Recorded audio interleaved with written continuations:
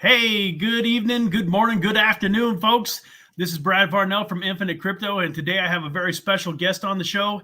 This is the founder of the Hungry Ghost IO NFT project. I'm super excited to have him. He's a professional poker player. He's an entrepreneur. He's definitely knows what he's doing in crypto. And for those of you that have already seen the website, you know how professional and how exciting this NFT upcoming mint is going to be. But for those of you that are tuning in for the first time, I'd like to introduce you to the founder, Alvin Lau. Welcome to the show. Hey, man. Thank you so much for having me. I'm really excited to be here. Yeah, man. It's absolutely a pleasure. So why don't you go ahead and just, introduce yourself, maybe tell us a little bit about your background and talk about how you decided, how you decided to come into this NFT space and create this marketplace. So it's been a very, very long road. Before I got into high stakes professional poker, I originally toured the country as a spoken word artist. So if any of you guys know what poetry slams are, I'm a former world champion level slam poet, which is both something to be very proud of and extremely embarrassed of at the same time, right? It's kind of like a mixed blessing. But so as a spoken word artist, a lot of the times I would be touring the country by car, by bus, by train, performing in, essentially poetry venues and getting paid out of a bucket or a hat at the end of the day, sleeping on different organizers' couches. And it was a really romantic life, but it basically meant that I was taking a vow of poverty to do what I loved, despite, being good enough to be a world champion, right? Even with that kind of expertise, I still was not able to make a full-time living doing that. And, there are poets who do, but it's quite hard. And so I had to transition to Wall Street and eventually playing poker, mostly because I had to resign myself that despite, hundreds of $1,000s of tuition to go to art school, years of student loans, I wasn't able to actually crack it as an artist. And looking around at a lot of my friends who are incredibly talented people, they are not able to sustain themselves full time. I mean, I have one or two friends who studied poetry who now are lucky enough to write for television shows, but that's like a one in many, many tens of thousands type dream, right? And so, one of the things that I first realized when I started getting deep into the NFT space is I realized that this is the largest influx of income into the artist space. And like the largest generation of artist patrons that maybe we've ever seen in history, right? Like this is Renaissance style patronage where there are people who are completely dedicated to from going project to project with no intentions but to support really incredible art. Right? There's definitely people who are in the NFT space who are there to like flip it, to hold all the blue chips, right? To get that residual income. And there are some people who just really, really like cool art and buy it because of that. And it's incredible to see that it's not just 1 or 100 people, but it's like entire communities merely dedicated to appreciating and buying really good art, right? And so what I realized is that there was a lot of room for really good artists, right? Not the people who are doing the MS Paint NFTs, people who are doing obvious bag grabs and rug pulls. There was a lot of room for those artists to make a living. There's a tweet that we had retweeted where there was a mom who was a mother of 3, still breastfeeding, who was able to run a multi-million-dollar business out of her house and change her life and change the future of all of her children's lives. And I think about our artist has a lot of difficulty sometimes working on his project because he has a newborn and one day he had to stop doing art because he's like, my daughter is puking in the crib right now, right? I need to kind of focus on that. And so what I also realized is that this platform is going to completely change Andrew's life and hopefully the lives of his children if we execute this correctly. If you look at our roadmap, we have a lot of future artists lined up, right? And I think they are world-class museum caliber talent who really deserve to be able to make a living wage doing what they love to do full time. Right. because Awesome. if we don't pay them, no one else is going to pay them, right? That's unfortunately how the art world works, right? So. True. Yeah, man. That's one of the things that really attracted me to this project, was the fact that it was, you have a fully doxed and vetted team. All of your artists are fully doxed and vetted. There's no, there's no chance of a rug pull here. You're not just doing this to sell a few NFTs and make a few dollars and be gone. It's obvious that you're in it for the long term. And I love the story that you just told, like, about that mom.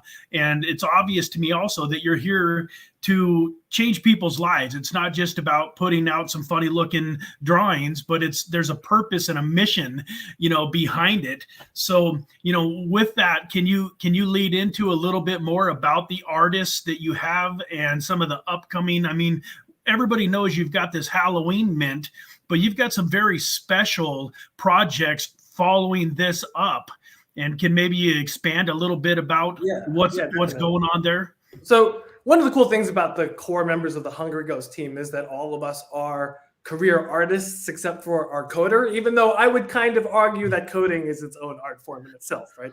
I have a previous career in spoken word and storytelling. Connor, who does our social media, also is a singer, an actress. She does musical theater, right? And so our team really is a group of interdisciplinary artists, which really can add a lot of polish and extra shine to whatever project we're working on, because we can add all of those, like performative elements, and, like we can go into animation and like the storytelling. So it's really exciting because, the core team, after we work on this collectibles project, we're going to try to kind of figure out what is next for us, and we have a lot of really, really talented folk who are working on that kind of like the core collectibles universe that we've developed. But also, we have officially 3 incredibly talented artists. One is Jeffrey Swiderpeltz. And Jeffrey's story is really, really interesting because his first career was as an Olympic speed skater. And so he represented Team USA in 1 or 2 different Olympics as a speed skater. And now he is transitioning into extremely high-level contemporary graffiti art, right? If you go check out his Instagram, you can find his link over at hungryghost.io, and you can see when I say graffiti art, this is stuff like you've really never seen. It's very conceptual, it's very high level, but you can still look at it and instantly in a moment be like, wow, that is something that is profound and very cutting edge, right? Nice. Like when we look at the intersection between contemporary graffiti and street art, right, we see that there's more of this merging of those 2 kind of genres, and Jeffrey really, really understands that line very, very deeply. The next artist that we have in February is Inti St. Clair, who is, I can't even begin to describe how talented and prolific Inti is, right? Like literally her Facebook this morning was, just got booked for a secret commercial shoot that I can't tell anyone else about, gonna go celebrate with my friends. And I remember the last time she said, oh, we had a secret photo shoot. It was Jonathan Van Ness, who is one of the celebrities from Queer Eye from The Straight Guy, with a bunch of puppies doing a Purina/Target promotion. So when she's like secret shoot, I mean, these are really, really big time corporate and indie gigs, right? So like her client list is Adobe, right? Wrangler jeans, modern luxury, right? All of these just like huge, really recognizable brands. And so she is creating a 100-photo fine art collection that we've tentatively called B-Sides, which is portraits of different people from the back of their head, which is a really, really interesting take, because like obviously portraits are meant to show who you are, right? But like it's such an interesting artistic and aesthetic challenge to show who are these people even when you can't see their face. And the answer, surprisingly, you learn so much about these people through the back of their heads that it's actually really, really inspiring. Right. It's actually really funny because, thinking about my life as a poet, I first met Inti because her partner at the time was a poetry organizer. And so I slept on their couch. And now 15 years later, I'm like, wow, I now, I'm starting an NFT studio, and you are one of the best photographers in the country. Can we please get you on board? And it was great because she was working at with crypto at the time, and so it was very easy to try to convince her to come over to the NFT space. And then the third artist that we have, actually, I believe, is a professor in the University of Memphis. I might be off of that, but I know that she's currently a poetry professor. But besides releasing a book of poems this March, she's also going to be releasing a set of what we like to think of as maximalist collage, which is kind of a strange term because I'm not particularly familiar with it. And I'm just going to be straight up. I am a hater of collage art. Sometimes I see collage art, I'm like, that really is exactly what I expect collage to be, right? You just took a bunch of stuff and you just pasted it on another piece of paper and you're like, yeah, this is new art. And I was supposed to buy that, but when I saw Karina's work, it is dazzling, right? I mean, the word maximalist will come to mind, right? It's full of just like gorgeous detail. It's really plot out very well. And it's in its own way very poetic. And so what she's going to actually be doing is 2 versions of the major arcana of tarot, one maximalist and then one minimalist, right? So what's really cool about all of these is because our original collection is going to be 10,000, right? So it's going to be quite large. These other collections are going to be much, much smaller, right? So Jeffrey is probably going to be doing between 30 and 50 pieces for us. Inti is going to only be doing 100 pieces for us, and then Karina's probably only going to be doing 30 as 50 as well, right? So, if anyone is familiar with the fine art space in NFT land, everyone's familiar with Justin Aversano, who did Twin Flames, right? Twin Flames is this portrait collection where some of the portraits now literally sell for 200 Ether, right? So, I mean, maybe at the time it was maybe like 600,000, but now it's worth $800,000. Right. Mind-blowing, right? And like Inti St. Clair, both conceptually and technically and by reputation, right, is at that level or surpasses that level very easily, right? And so what is cool is that, not only are we really kind of dabbling in the collectible space with one of the best illustrators we can find anywhere in the space, right? Like Andrew Thompson's work is completely unrivaled among fantasy illustrators.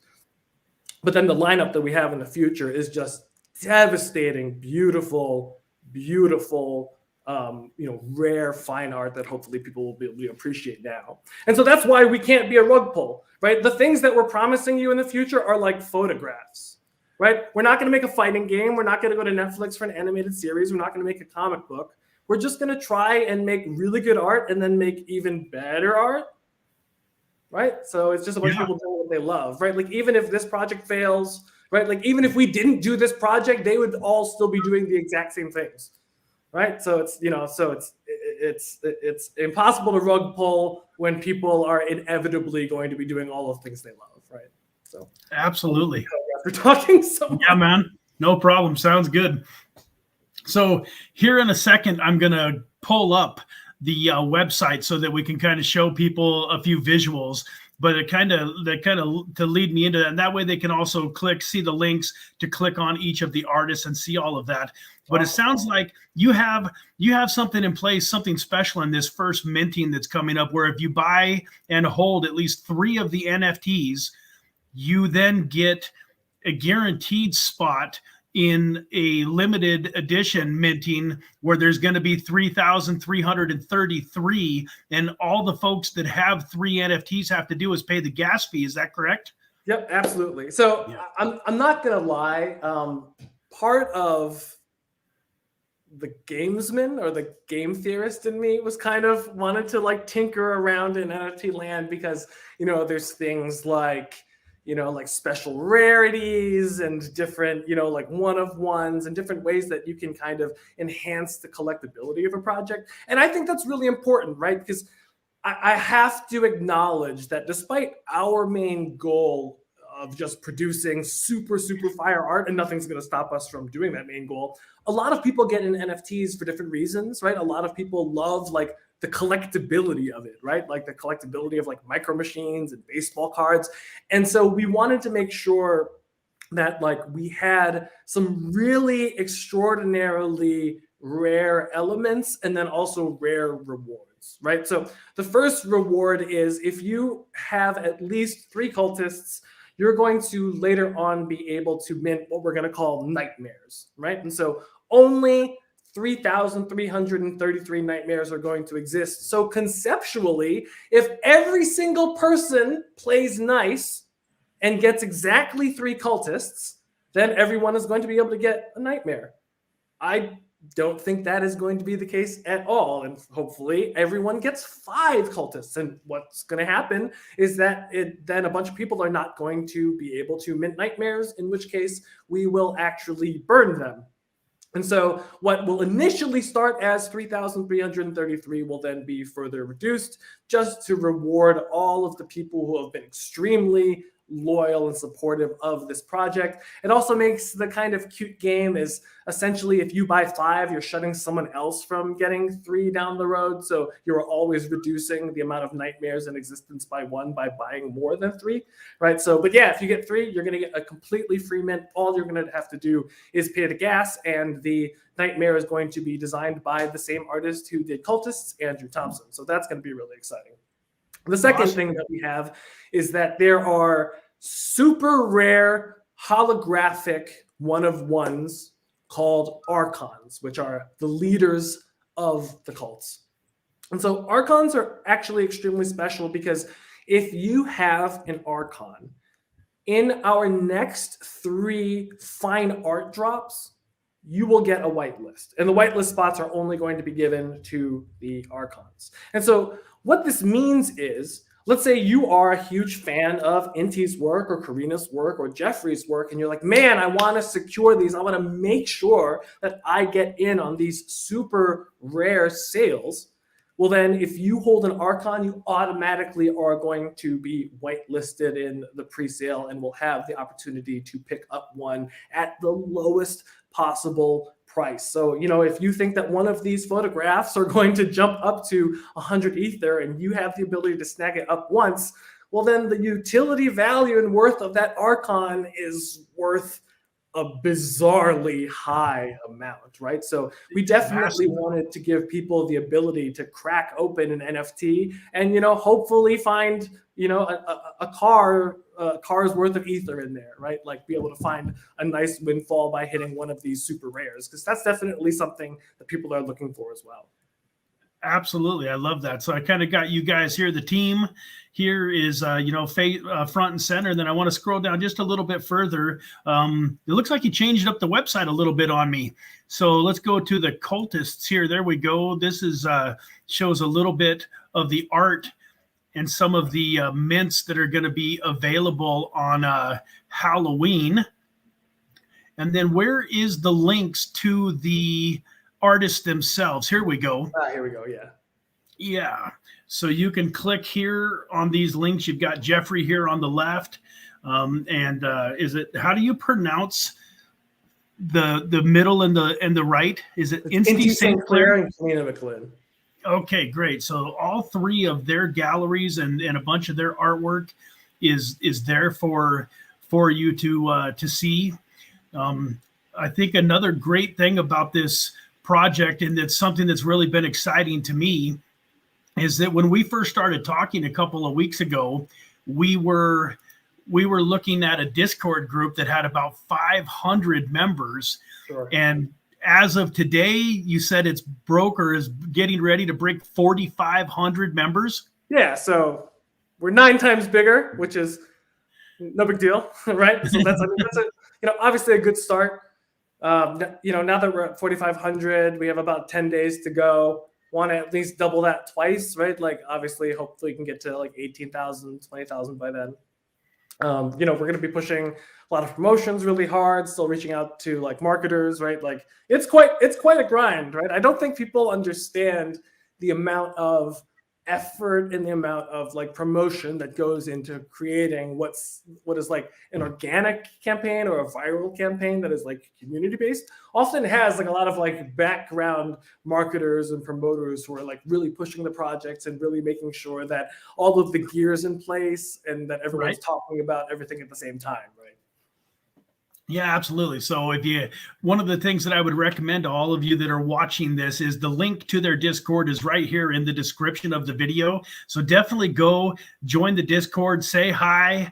Another special bonus for you guys that are watching this is Alvin has been nice enough to extend a whitelisting opportunity to those of you that are part of my community that are watching this video and that are part of the Infinite Crypto community. So if you'd like to get whitelisted and guarantee yourself a spot on Halloween when this minting goes live, just message me in the comments or hit me up on Telegram, and we'll make sure to get your Ethereum address whitelisted so that you're guaranteed to be able to get your 1 or 3 or 5 of these cultist NFTs that are going live on Halloween.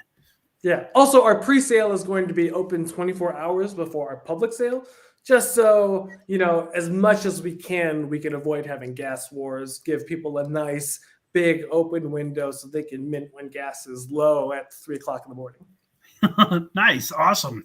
So that pre-sale will happen sometime on the 30th then? Yes, exactly. Okay.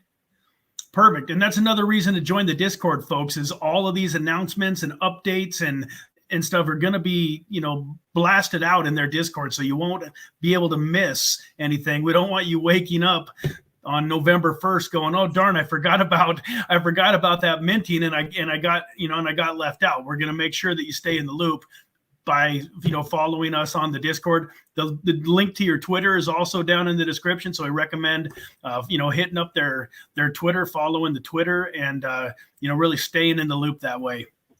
Yeah, and also, our Discord has all of our announcements, our invite giveaways, our different giveaways for different NFTs. Every day we're playing marbles, which is a fun physics-based lottery game where essentially people can win more whitelist spots and NFTs, rare behind-the-scenes exclusives that we're going to be giving out as well. So, there's a lot of reasons to be part of our Discord community. Yeah, absolutely. So once this Halloween minting is done on the 31st, what can people expect to see in November, December, January? What's the next plan after that?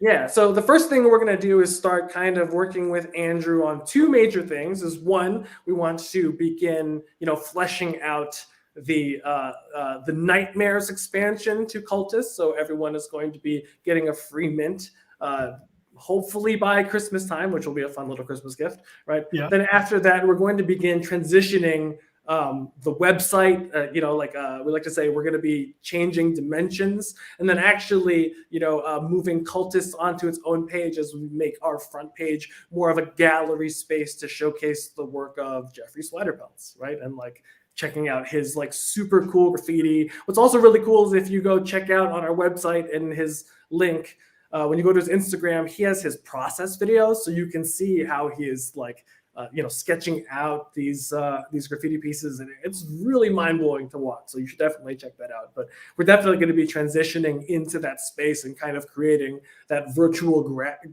gallery that we're trying to achieve. Okay, awesome. Really fun. Yeah. So just so that I'm clear, after the minting is over, are these going to be listed someplace like on OpenSea? Are you going to have your own marketplace or? Yeah, you can find them all on OpenSea. Okay, perfect. So what about the other crypto? A lot of people in this space are excited about NFT, but they're also watching Bitcoin reclaim its all-time highs, Ethereum running up. I mean, do you have an opinion on how you think that's going to affect this NFT market in the months to come? Yeah, I mean, I definitely think that as Ethereum goes up, a lot of the, I would say C or D tier projects where they were kind of hoping people might have an extra 0.05 Ethereum just lying around willing to burn, are going to find people are a lot more skeptical of what of what they should buy, right? Like as Ethereum goes up, you definitely want to part with it less and less. I definitely think, and I'm personally going to say this because I have a big ADA bag, right? I think as we see more of a consolidation phase in Bitcoin, we're going to see obviously the altcoins begin to rise, and hopefully ADA has its day. I'm sure that there are a lot of differing opinions on why that has already not gone to $3 or $4, and I don't want to get into that very, very deep cesspool of an argument. Right? Yeah. But I thought it was really interesting, and I smelled, I guess, a whale in the water when I saw that there was a $1.6 billion Bitcoin buy on the spot market, which is obviously extraordinarily unusual. But it is so rare that it must have spoken to some kind of insider trading event that it just seemed that ETFs were virtually going to be inevitable, right? Like it has to be smart money positioning itself. And so I think that, the overall future for Bitcoin and altcoins are both, extraordinarily bullish. How that affects NFTs in particular, hard to say, right? I definitely think that as prices go up, right, like it's going to just be harder and harder to convince people to buy obvious rug pulls, right?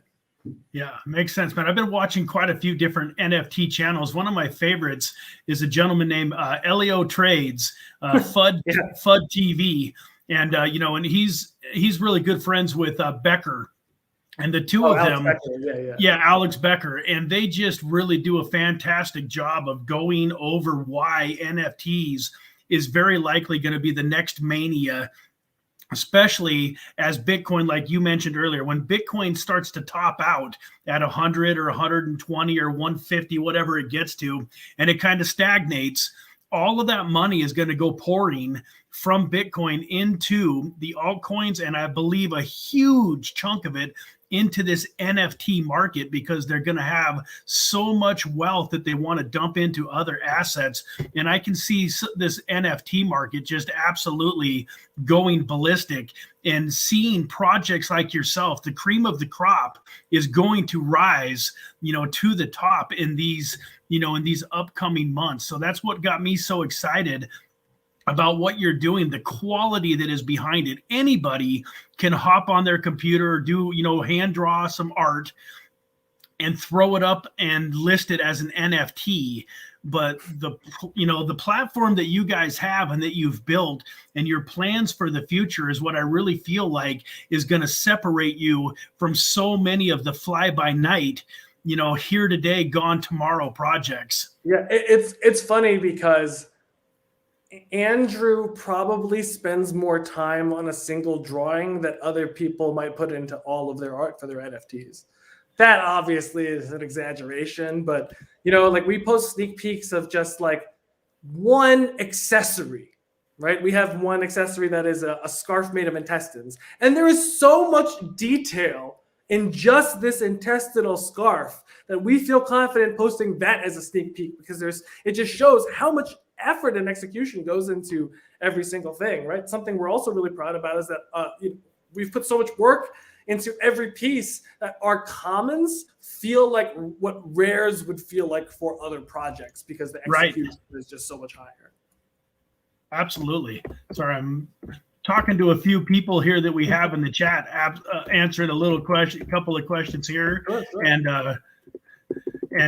But I wanted to let everybody know in the chat, thank you so much for being here. We appreciate you. And one of the great things about doing a live stream like this is that you have the ability, if you've got any questions for Alvin, start popping them into the chat box here. We'll pull them up.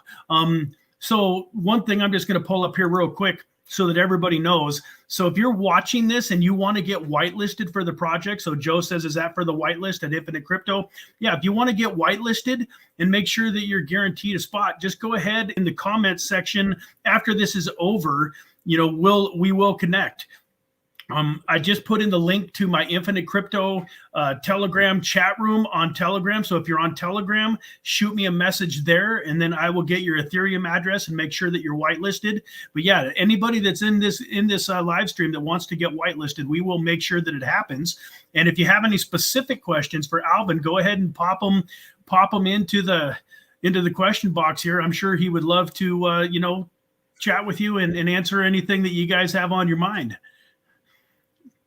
In the meantime, it sounds like you have an incredible network because of your poetry and your poker and the different life experiences that you have. So that also sounds like it gives you kind of a leg up, that you have the ability to speak to these artists in their language. They can relate to you. You guys have, you guys connect. The language of suffering. Is that what you're trying to say? All of us artists have starved at one point, and so we understand the taste of ramen flavoring, right? Like, I mean, yeah, like I have to admit, like almost all of my friends that I've met, who I've really approached to do NFT projects, are people who I've met through a lot of the different art and activism communities. And a lot of the people who I've met in the crypto space have been through the poker community. So it is really interesting how there is a huge intersection between all of those things. And it's funny because I find that a lot of artists are actually very interested in crypto as well, mostly because they recognize that it's hard to make a lot of money doing art. So they have to, divest their time and money into other things. Yeah. So that gives you definitely an advantage in the marketplace, because you're going to be able to bring on more artists and higher level artists as this project gains momentum.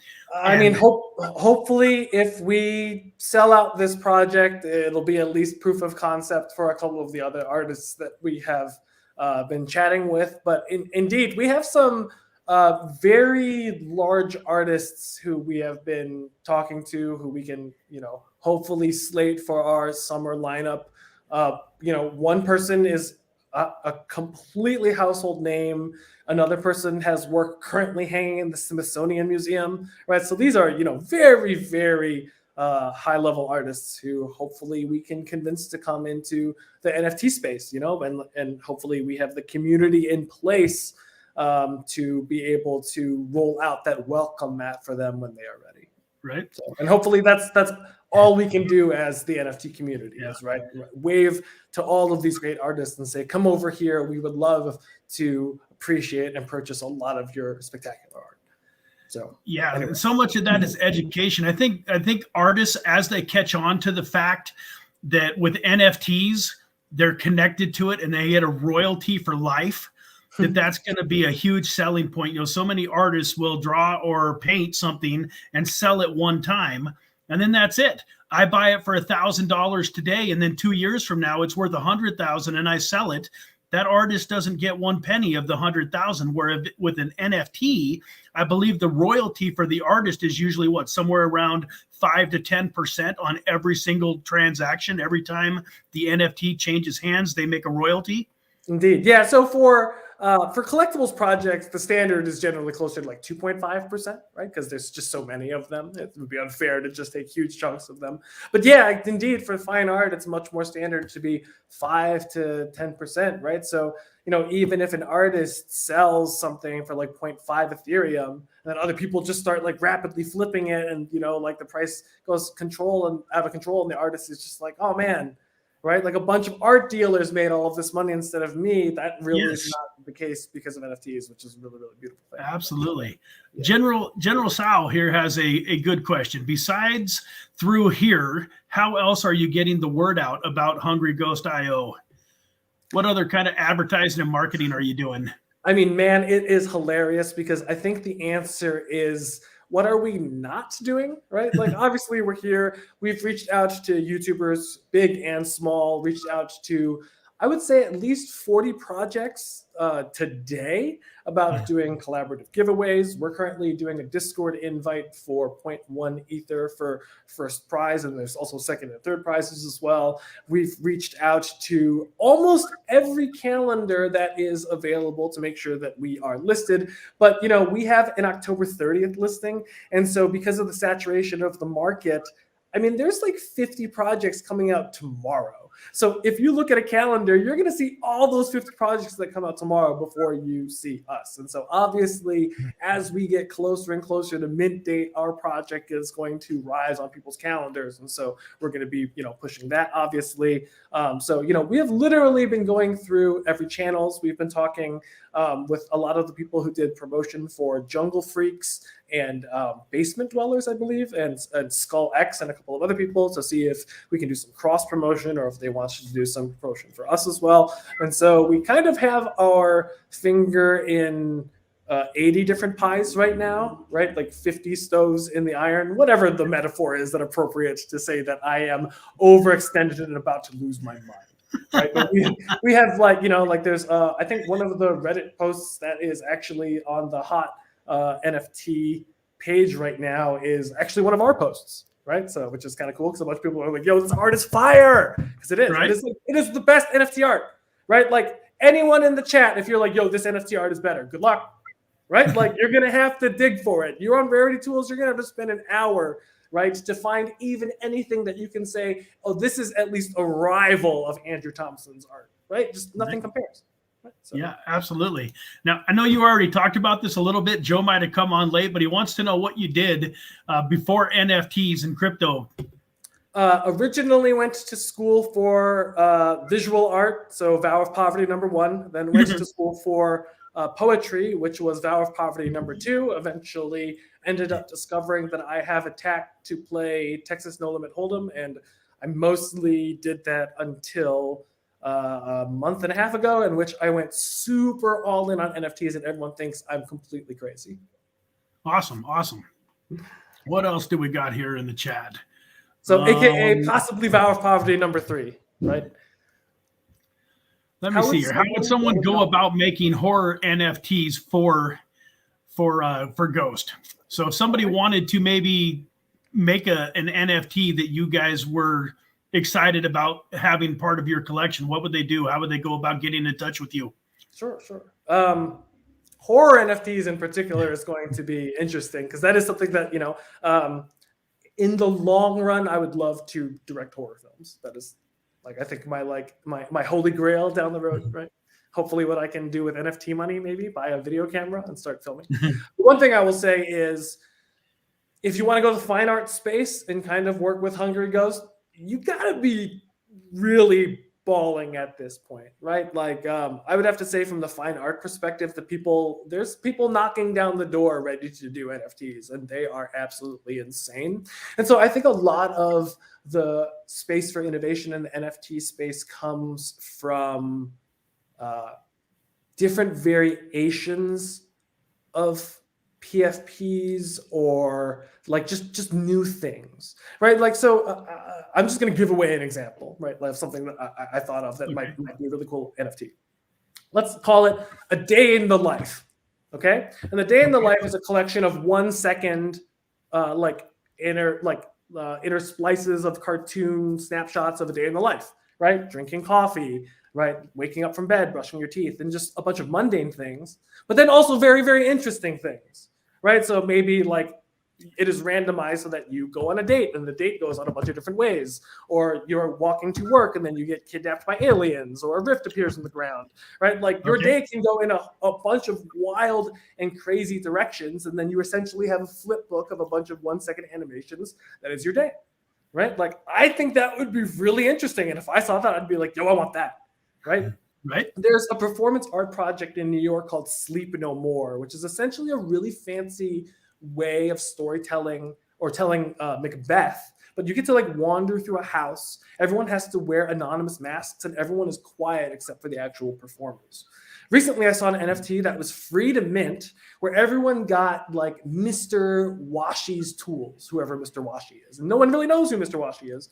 And then one day, all the people who had listed their tools, and they got bought up by a Yakuza boss on OpenSea who is trying to collect all of these tools. And so a story began to unfold through airdropping and the rebuying and the actual lore of the NFTs.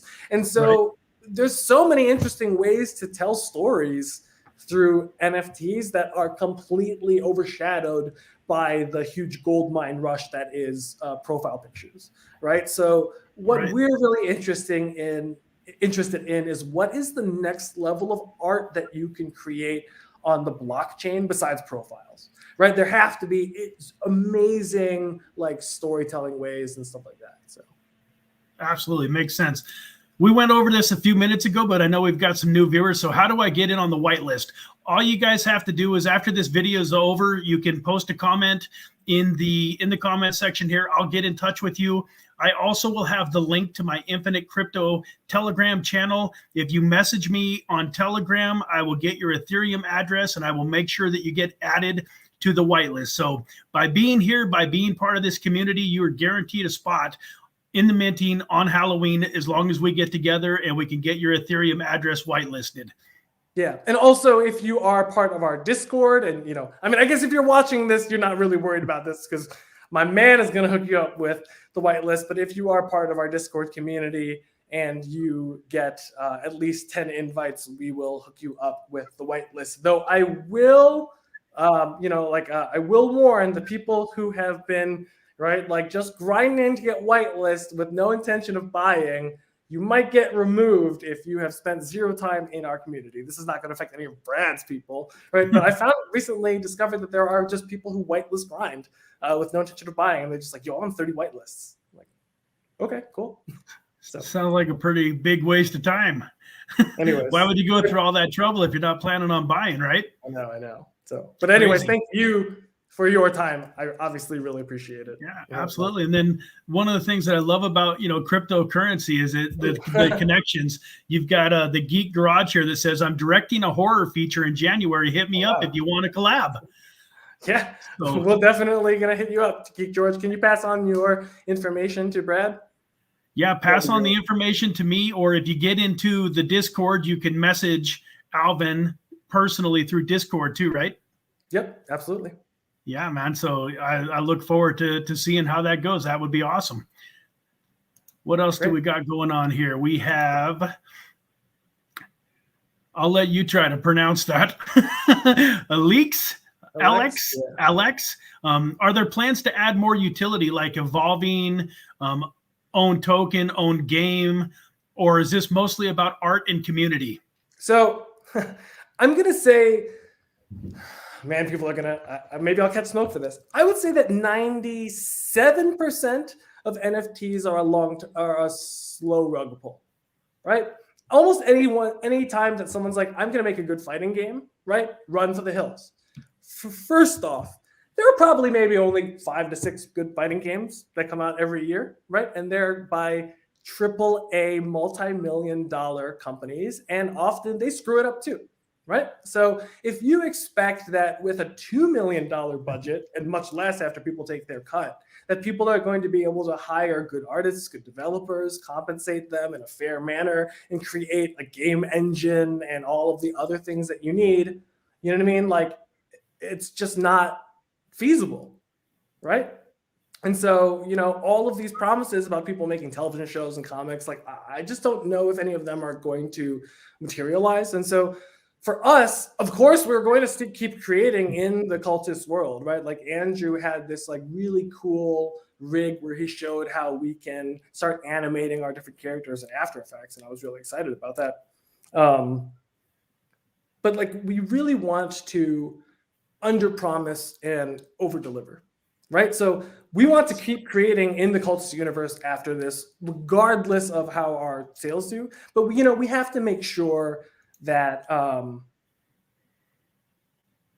we don't promise people a bunch of malarkey, to borrow a term, and not be able to follow through on it, right? So we're definitely working on all of these things, and we're talking about all of these things internally, but nothing that we want to officially release simply so we are not misleading people in any way. Right? Absolutely. That sounds good. Well, we've been on here for about 45 minutes. It doesn't look like we've got any new questions. Is there any last minute topics or anything else that you would like to highlight before we get on with our days and start getting these people that are on here whitelisted? No, man, I think we hit all the points. I really appreciate your time. Thank you so much for having us on. Man, I appreciate your time, and I'm really looking forward. Alvin's in Las Vegas right now because he still does some poker playing. He's hanging out at the WSOP. So we got to get together for that lunch before you take off. Now, you're heading back out of town for soon, though, right? No, I'm just staying in Vegas throughout. You did decide to stay all the way through. Okay. When does the main event of the WSOP start this year? Probably going to be like the 4th or the 5th of November. So after our mint, so I'm just going to be focusing on the project until then. Okay, awesome, man. Well, I look forward to getting together with you, going out and having some sushi or something. I don't know, whatever your favorite kind of food is, we'll find something to do. But thank you so much for being on the show. Oh, wait, here we go. We got another quick question here real fast. Yeah. This is James Taylor, who's a close personal friend of mine. Please ask Alvin if a spoken word artist, has he worked with John Hensley, a.k.a. Fly Poet? Nope. Nope, I've worked with another Hensley, but not John Hensley. It's been I'd say it's been like 10 years since I've been competing professionally. So maybe the generation after me. Yeah, I really enjoyed it. I actually, I looked you up on YouTube and came across some of your, where you were on stage doing, word poetry. And it was pretty cool. The one that I watched looked like it was partially a little bit comedic too. Like it was supposed to be supposed to be funny. Poetry can be everything, right? It can be funny. Yeah, it was pretty awesome because I'd never really seen anything like that. And then after you told me about it and told me to check it out, I definitely looked you up. For any of you that are excited about poker, Alvin also has a few students under his wings, and he teaches poker. So you can find him on YouTube. He's got a YouTube channel called, I believe it's Alvin Teaches Poker. Yep, very straightforward. Yep. And so, and so folks, definitely at this point in time, we're going to go ahead and hop off, but please get back in touch with me.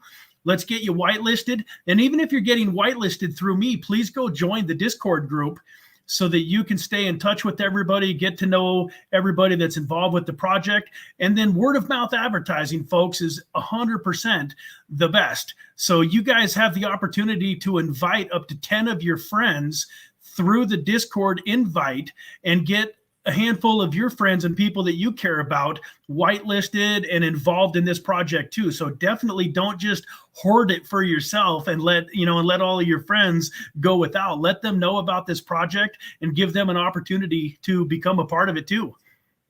And so I guess with that, there's not a whole lot else to say, man. It was a pleasure. Enjoy the rest of your day, and we will talk again real soon. Take care, man. Cool. God bless. Bye-bye.